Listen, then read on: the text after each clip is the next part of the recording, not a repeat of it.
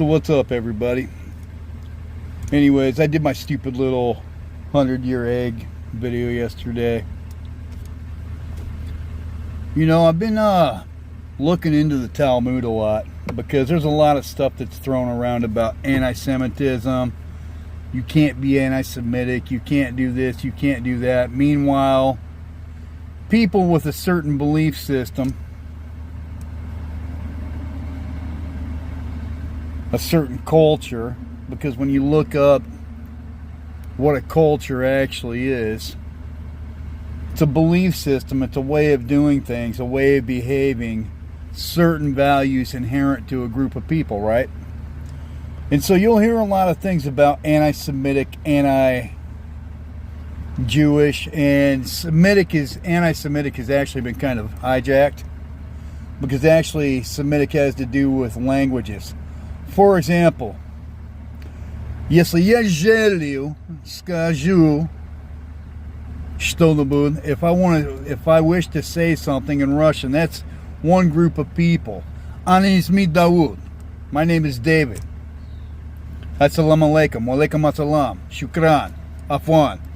You know, unto you be peace, and peace be unto you. Thank you, you're welcome.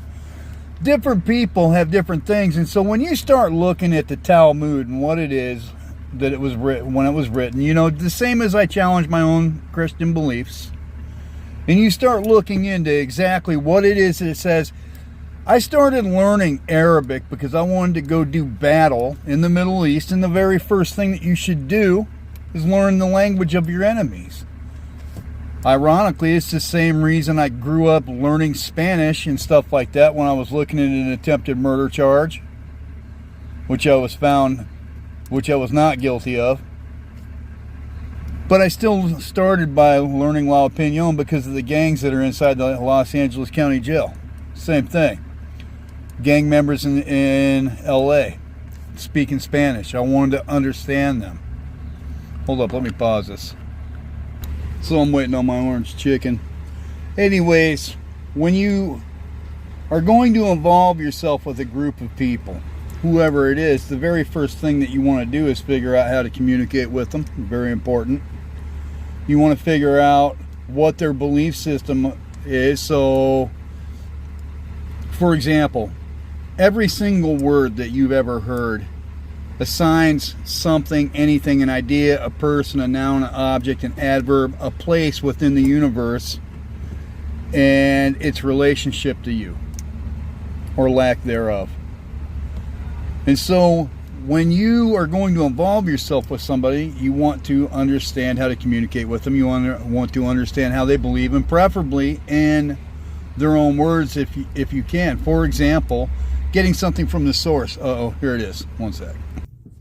Cool. So anyways, when you are studying a group of people, you want to learn the source language so you can read something in the source language. That way there's no loss of transmission or inaccuracies in the transmission of an idea, which is what communication is, or the reception of that idea.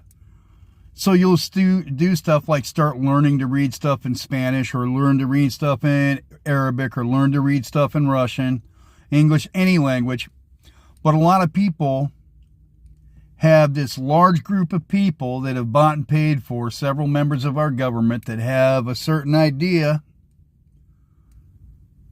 and nobody speaks the source language. And they have these written texts that are encyclopedias of their thought. For example, when we talk about the Christian Bible, you know, a lot of people don't even realize that thing wasn't even compiled until about 4 centuries after Jesus himself had died, 3.5 centuries. People, Christians, those of us that speak English, we don't know that. It's our religion. It's been our religion since day one for a lot of us.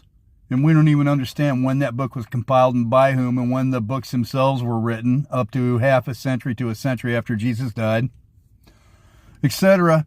And even less when we're dealing with a language like Hebrew or an Aramaic or something like that, to where these people compiled what the Jewish religion is in the year 1180, thereabouts, and what it states, what the Encyclopedia of Jewish Thought is, what they think about us. And when they're talking about anti-Semitic or anti-Jewish, you'll hear that talked about a lot, but they never ever talk about what the Talmud even says, what the encyclopedia of their collective thoughts and debates are that they sit there and read in synagogue every single Sunday. They sit there and say that our Western society is open to everybody. But you have this group of people, everybody and their mother knows what communism is. Everybody and their mother knows what right-wing extremism is, left-wing extremism, liberal, conservative, but people don't know what the Talmud says, and you should. You know, all my videos, I never, ever, ever tell people like and subscribe my video. I never ask for a penny. I don't monetize any of my stuff. I put music in all the time, so I can't even monetize my videos if I want to. Because people should be free to come to their own conclusions. And I'm not going to tell you what to think. I'm just going to ask you, the people running your government belong to a certain culture, a certain group of people with a certain language. Do you know what they think about you? And I've read the Quran twice, so I know what Muslims think about me because I wanted to go to work hunting Al-Qaeda, and it was incumbent upon me to understand what I was immersing myself into. It's very straightforward. But you have all these people that govern you in many cases that have been brought to this country where your relatives have been here for centuries before other people were brought here. And then these same people have involved themselves in the government with money or whatever, however they got there.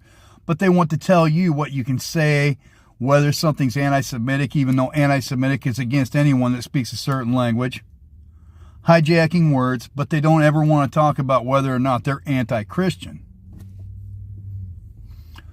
And I'm not going to tell you what to think about anybody. I'm not going to tell you whether Muslim people are good or bad, Jewish people are good or bad, Christian people are good or bad, because truthfully, there's a mixture of all of them. But when we talk about an ideology, which is not an individual, and we talk about an ideology, which is a group of people acting in concert with others, adherents to that ideology. When you look at the way that investigations on a county, state, a city, county, state, or federal level are performed, and the reason why investigations are formed, to find out what's going on. How many people have ever investigated the Talmud? Not the Torah, because the Torah is basically the Old Testament. But the Talmud. And the person that wrote it. Maimonides. And why he's named that. Why he brought Greek philosophy and applied it to the Jewish religion. And what the Talmud is and what it says about Christians. And whether or not they think that you should be executed for having a day of rest, any day of rest. Whether they think that it's true that if you convert to Judaism, which is you subscribing to their religion, why they still view you as a thorn in the side of Israel because your blood is impure.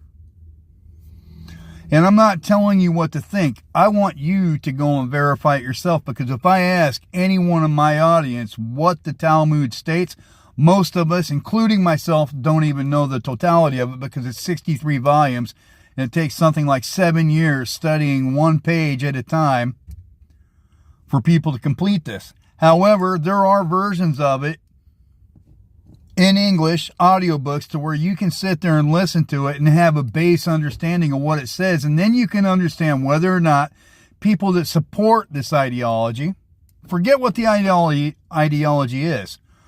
Let's focus on the fact that there are people that support it that govern us, and that we should know what ideology they subscribe to before we decide whether or not these people should be governing us. This goes for any ideology, right? You know, I'm never, ever, ever going to tell you what to see, think, or do. I don't think anyone should ever do that with anybody. But I do think that these are questions we should all be asking ourselves so we can come to a general consensus about the society that we want to live in collectively. Before we start talking about obeying the law, which a lot of times is put in place by these people that may have ulterior motives or motives that do not align with yours. You know, which is a fair question. It's not even a hateful question. There are differences in culture, and it's incumbent upon all of us.